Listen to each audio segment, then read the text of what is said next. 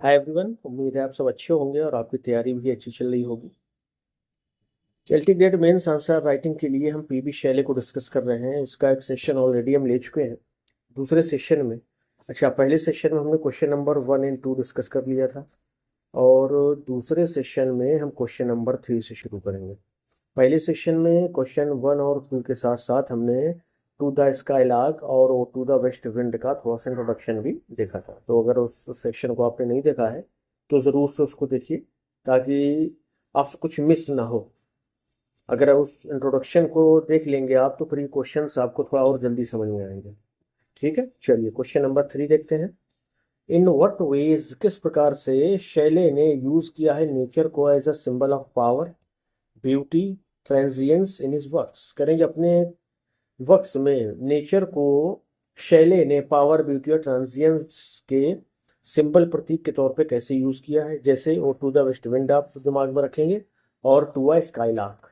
ठीक है, इन दोनों को ध्यान में रखते हुए ये भी इसमें ऐड करके कह सकता है कि ये बात आप बताइए कि पावर, ब्यूटी और ट्रांजिएंस के प्रतीक के रूप में शैले ने प्रकृति को कैसे पेश किया है अपने work ode to west wind और टू अ स्काईलार्क। ठीक, ये क्वेश्चन भी हो सकता है। चलिए देखेंगे। In terms of power, Shelley personifies natural forces to emphasize their overwhelming strength। Shelley जो है पर्सोनिफाई करते हैं किसको? नेचुरल फोर्सेस को, प्राकृतिक ताकत को, शक्ति को, टू emphasize जोर देने के लिए दियर ओवरवेलमिंग स्ट्रेंथ, उनकी अत्यधिक शक्ति पर। या ऐसा कहिए कि in terms of power Shelley जो है नेचुरल फोर्सेस को ओवरवेलमिंग स्ट्रेंथ के तौर पर पेश करते हैं।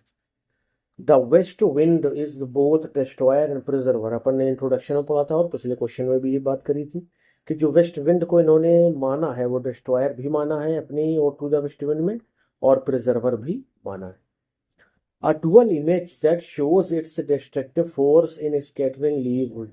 A dual image, ये इसकी जो दोहरी इमेज है ना, that shows जो दिखाती है its destructive force, इसके विनाशकारी ताकत को, इन स्केटरिंग लीव्स, पत्तियों को फैला देने में, एंड इट्स क्रिएटिव रोल, और उसके क्रिएटिव रोल को दिखाती है कब? जब ये स्प्रेड करती है किनको? सीड्स को, बीजों को।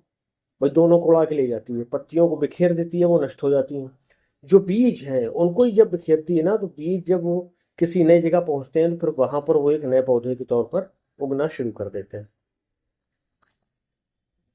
The wind also symbolises revolutionary change. ये जो विंड है ना, ये को क्रांतिकारी परिवर्तन को भी शो करती है, सिंबलाइज या उसका प्रतीक हमारे सामने प्रस्तुत करती है। अ नेचुरल फोर्स, एक को प्राकृतिक को शक्ति के तौर पर, ताकत के तौर पर भी हमारे सामने इसको पेश किया जाता है। That parallels human struggle for freedom and renewal. जो पैरेलल साथ साथ चल रही है, किसके साथ? ह्यूमन स्ट्रगल के साथ में, फॉर फ्रीडम, आज़ादी के लिए, रिन्यूअल, और नई शुरुआत के लिए। Shelley even pleads for the wind to carry his thoughts. Shelley यहाँ तक कि उस हवा से क्या करते हैं? प्लीड करते हैं, निवेदन करते हैं कि उसके विचारों को और शब्दों को ले जाए, presenting it as a vehicle of poetic inspiration and intellectual transformation. Presenting it, और इन्हें इससे जा करके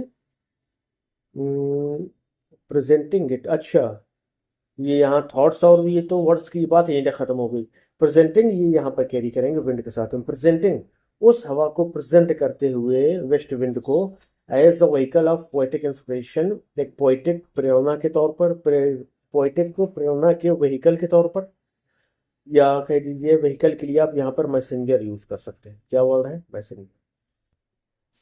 ठीक है, मैसेंजर, मैसेंजर, ये मतलब संदेशवाहक। तो कह रहे हैं कि ये वेस्ट विंड को एक को संदेशवाहक के तौर पर यूज करते हैं जो पोएटिक इंस्पिरेशन को और इंटेलेक्चुअल ट्रांसफॉर्मेशन को क्या करती है? लेकर के जाती है, लोगों तक पहुंचाती है। शैली वही कह रहे हैं कि जो मेरे विचार हैं, जो मेरी फीलिंग है, वो लोगों तक पहुंचा दो। फॉर, क्योंकि ब्यूटी, फॉर ब्यूटी, अच्छा सुंदरता के लिए, Shelley turns to the skylark. Shelley skylark की तरफ टर्न करते हैं, मुखातिब होते हैं, बोलते हैं। हुज रेन ऑफ मेलोडी, जिसके मेलोडी की वर्षा जो है, यानी जब वो बोलती है, गुनगुनाती है, तो जो मेलोडी आती है ना सामने, एम्बडीज, वो एक पेश करती है ट्रांसेंडेंट जॉय, एक उच्च खुशी को या आनंद को। बियॉन्ड ह्यूमन एक्सपीरियंस, जो मानव अनुभव से कहीं ऊपर है। Unlike human art tainted by pain, करेंगे अनलाइक ह्यूमन आर्ट करें, अगर आप ह्यूमन आर्ट की बात करिए ना तो ये टेंटेड बाय पेन है, दर्द से छूटा नहीं हुई है, इसमें दर्द मौजूद है।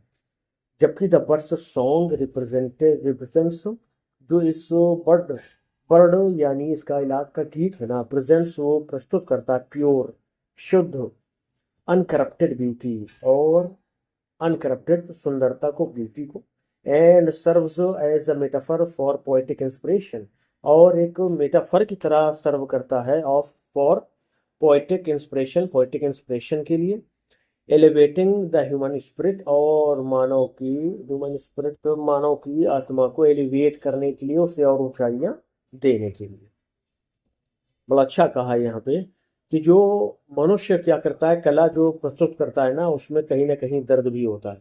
लेकिन जो बर्ड है ना, इसमें जो इसका जो गीत है, उसमें आपको प्योर और अनकरप्टेड ब्यूटी और स्माइल और जॉय आपको देखने को मिलेगा। और ये जो है ना, ये सर्व करता है एज अ मेटाफर, एक मेटाफर के तौर पर। किसके मेटाफर के तौर पर? Poetic inspiration and elevating the human spirit, मानव की आत्मा को ऊपर उठाने के लिए, और पोएटिक प्रेरणा के तौर पर या के रूप में। ठीक है, चलो अगला क्वेश्चन। अच्छा भी है इसमें, अरे काफी है भाई, चलिए आगे देखते हैं। शैल्य, अच्छा कंक्लूजन नहीं हुआ है ना। Shelley also uses images of mountains and skies to contrast nature's enduring beauty with human fragility, reinforcing its spiritual and imaginative power.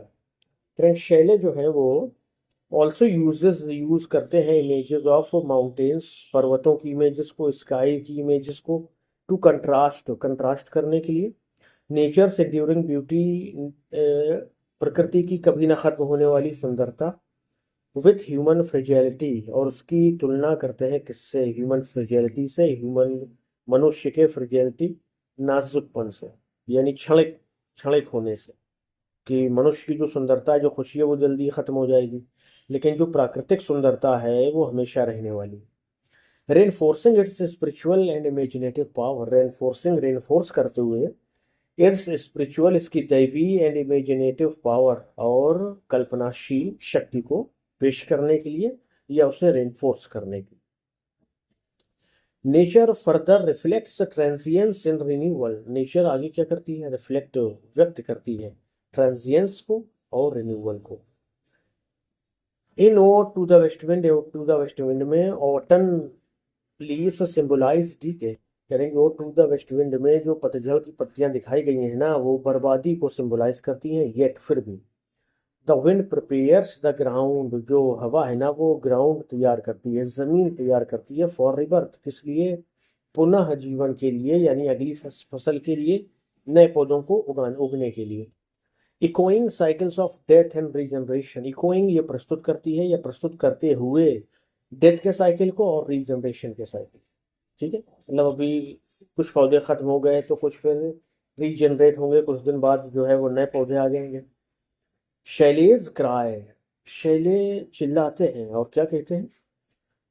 विलाप करते हैं और कहते हैं winter comes can spring be far behind, क्या अगर ठंड आ गई तो क्या जो ये बाहर की ऋतु है, क्या ये पीछे रह जाएगी? कन्वेज होप एमिड्स डिस्पेयर, वो कुछ ना कुछ होप जरूर दिखाती है इसमें, डिस्पेयर, इस दुख में।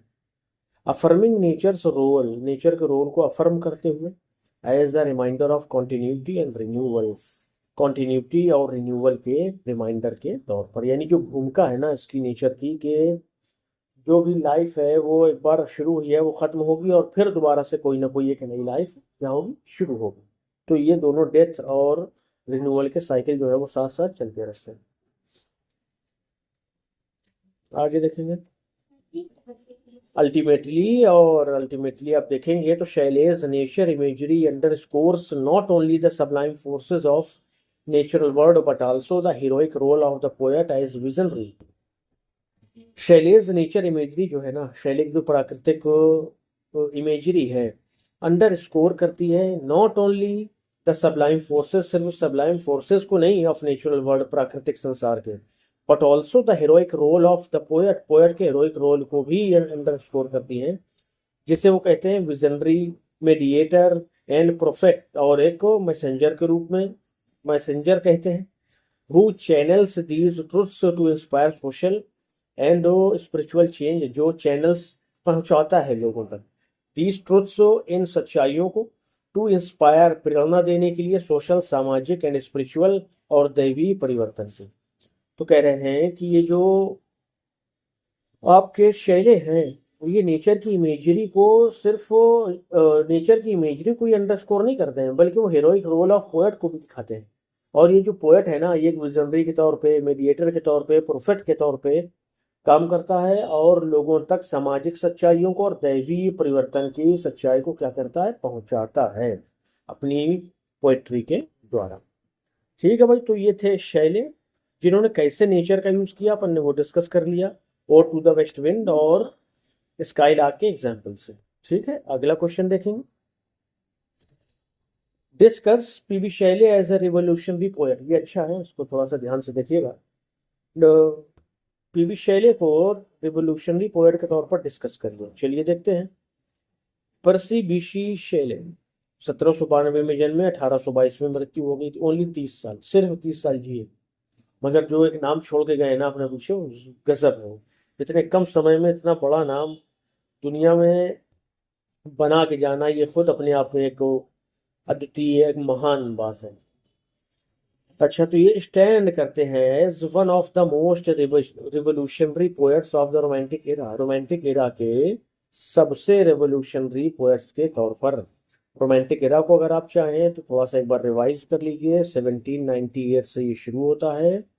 1832 कई जगह मिलेगा आपको, और कई जगह आपको 1837 मिलेगा। ठीक है, ये इसकी ड्यूरेशन है।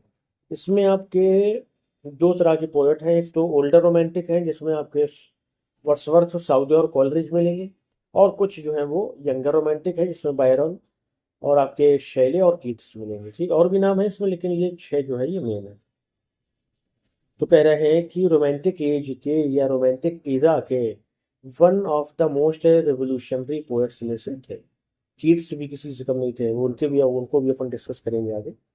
कंबाइनिंग, ये कंबाइन करते थे लिरिकल ब्यूटी को with radical political and social critic, radical political और सोशल क्रिटिक के साथ। यानी इनके जो गीत होते थे ना, उनमें मेलोडी भी आपको मिलेगी, और फ्लुएलिटी यानी फ्लोलेस एक आपको रिदम देखने को मिलेगी, और उन्हीं के द्वारा ये रेडिकल पॉलिटिकल और सोशल क्रिटिक को भी उसमें क्या करते हैं, कंबाइन कर देते हैं, कि लोग पोइट्री का मजा लेते लेते अपने आसपास हो रही पॉलिटिकल और सामाजिक चीजों को भी समझें कि क्या गलत हो रहा है, उसको हमें सही करना है।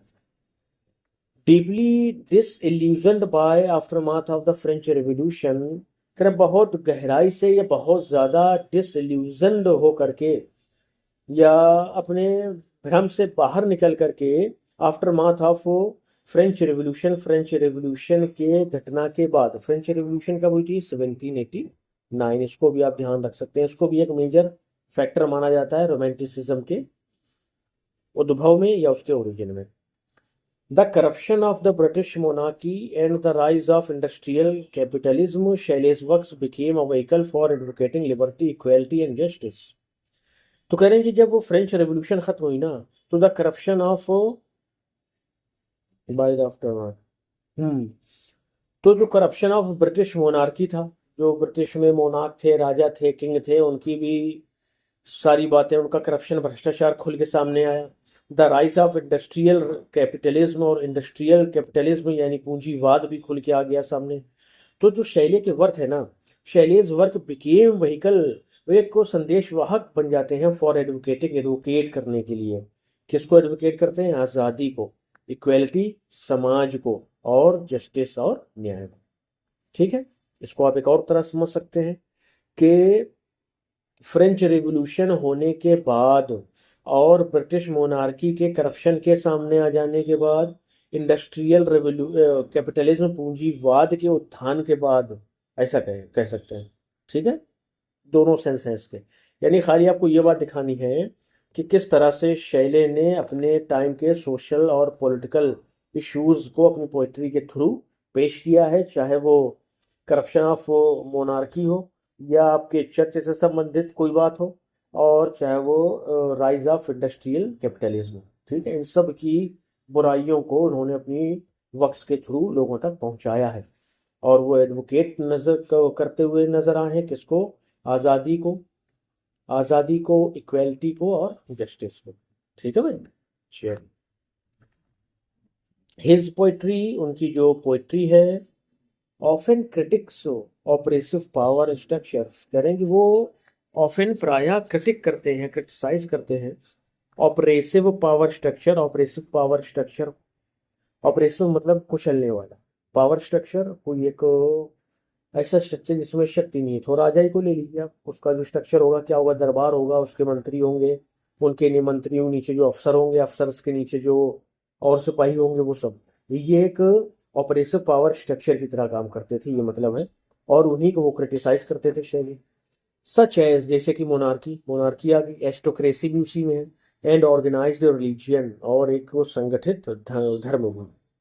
इन द मास्क ऑफ अनार्की 1819 में जो इन्होंने लिखी, written after the Peterloo massacre, Peterloo massacre के बाद से लिखा गया। Shelley calls for non violent resistance, Shelley ने आवाज लगाई फॉर नॉन वायलेंट, एक अहिंसक रेजिस्टेंस, विरोध के लिए।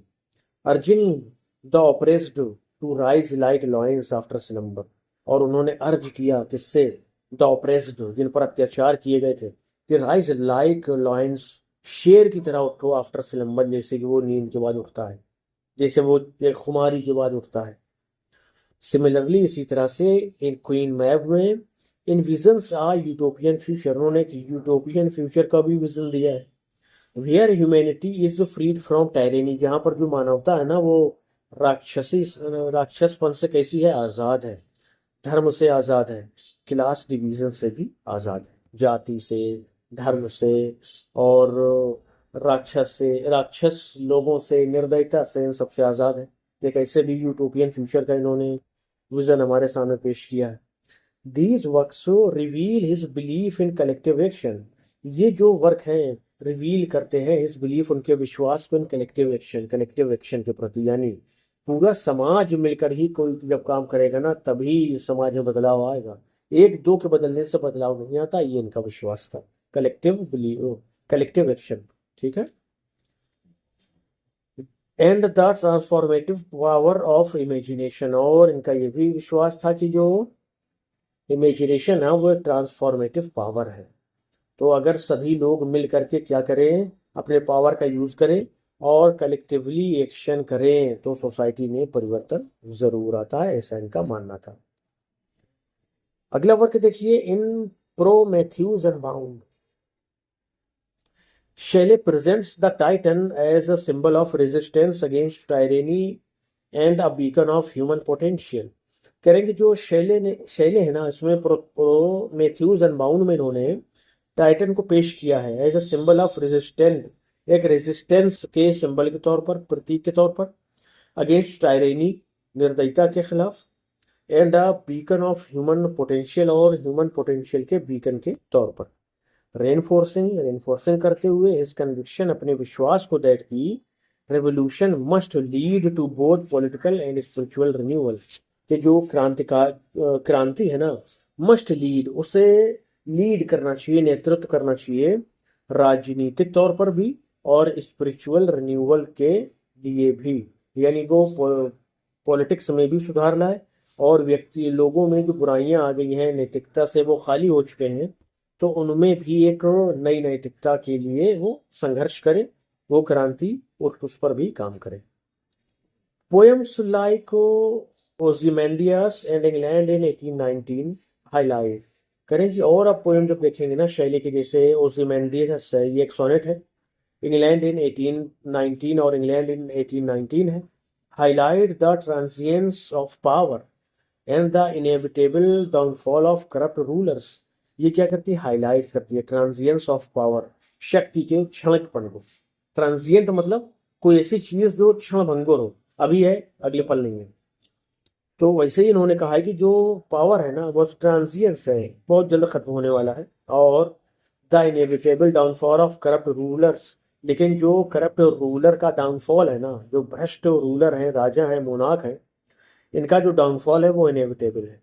कैसा है, जो टाला नहीं जा सकता। ये इनेविटेबल वर्ड आपको ध्यान आ रहा होगा, आप पढ़ेंगे थॉमस ग्रे की elegy written in a country churchyard, उसमें बड़ी अच्छी तरह से इसको यूज़ किया गया है। द पोम्प ऑफ पावर, है ना, जब ये शुरुआत करते हैं लाइन में, फिर उसी में नीचे आते हैं।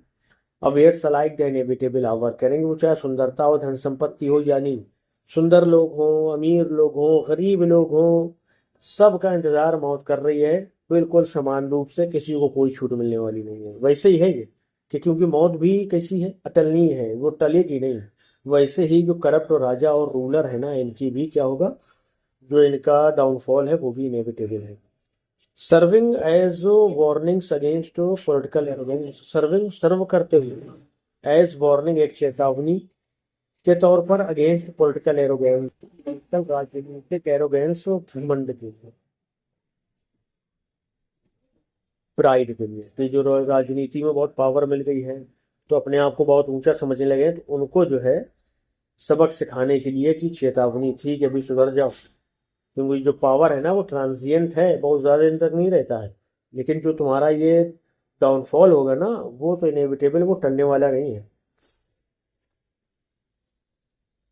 शैले ऑल्सो सॉ, देखते हैं द पोएट, एक पोएट को एज अ प्रोफेटिक मैसेंजर के तौर पर। In defence of poetry, defence of poetry में ही एसेट्स, वो स्वीकार करते हैं दैट की poetry awakens moral imagination, poetry जो है मोरल इमेजिनेशन को अवेक करती है। And can inspire social change, और वो सामाजिक परिवर्तन को इंस्पायर कर सकती है। फॉर शैले, शैले के लिए, the poet was not just an artist, कवि सिर्फ आर्टिस्ट नहीं है, बट अ विजनरी लीडर, बल्कि वो एक भविष्य देखने वाला लीडर भी है। Capable of guiding society towards freedom, जो कैपेबल है, सक्षम है, योग्य है कि वो सोसाइटी को फ्रीडम की तरफ गाइड कर सके, उसका मार्गदर्शन कर सके। बहुत अच्छे अच्छे पॉइंट हैं, ध्यान रखिएगा, सारी तैयारी बढ़िया रहेगी आपकी। दस, इस प्रकार से Shelley's legacy endures as that of a political, sorry, of a radical humanitarian and visionary poet, करेंगे कि उनकी विरासत है ना, लेगेसी विरासत, इंड्योर्स वो बनी रहेगी, as that of a radical, एक रेडिकल ह्यूमैनिटेरियन मानवीय और विजनरी पोएट के तौर पर, हुज वर्क्स, जिसके कामों ने फ्यूज पॉलिटिकल क्रिटिसिज्म को with an under yielding belief in the possibility of transformation and justice, करें कि इन्होंने क्या किया कि पॉलिटिकल क्रिटिक को फ्यूज कर दिया इस विश्वास के साथ में कि इसमें भी पॉसिबिलिटी है ट्रांसफॉर्मेशन की, बदलाव की, एंड जस्टिस, और इसमें भी न्याय आने की पूरी उम्मीद है।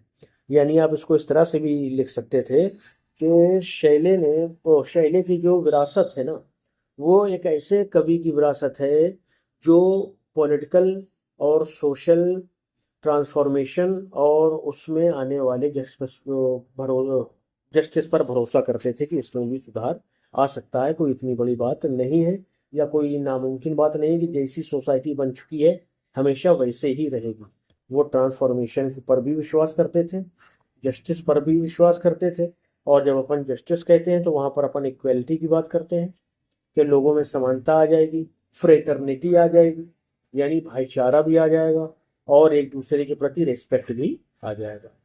इस तरह की विरासत हम मानते हैं किसकी, ये शैले की विरासत जो वो छोड़ करके गए।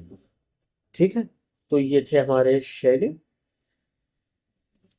जिनके बारे में पूछा गया कि क्या ये रेवोल्यूशनरी पोएट थे भी या नहीं, तो हमने बताया ना कि थे भाई, और बहुत ज़बरदस्त थे। अलग अलग पोएम्स के हमने एग्जाम्पल दिए कि द मास्क ऑफ एनार्की है, जो पीटर लू मैसेकर के बाद लिखा गया है ना, और क्वीन मैब है, प्रोमेथ्यूस अनबाउंड है, बहुत सारे हमने उनके वर्क्स का क्या किया, एग्जाम्पल दिया, और फिर हमने बताया कि उन्होंने किस वर्क में क्या चाहा है, सोसाइटी को कैसा बनाना चाहा है। ठीक है, चलिए, उम्मीद है सेशन आपको अच्छा लगा होगा। कल हम अगले सेशन में हम शुरू करेंगे क्वेश्चन नंबर 5 से।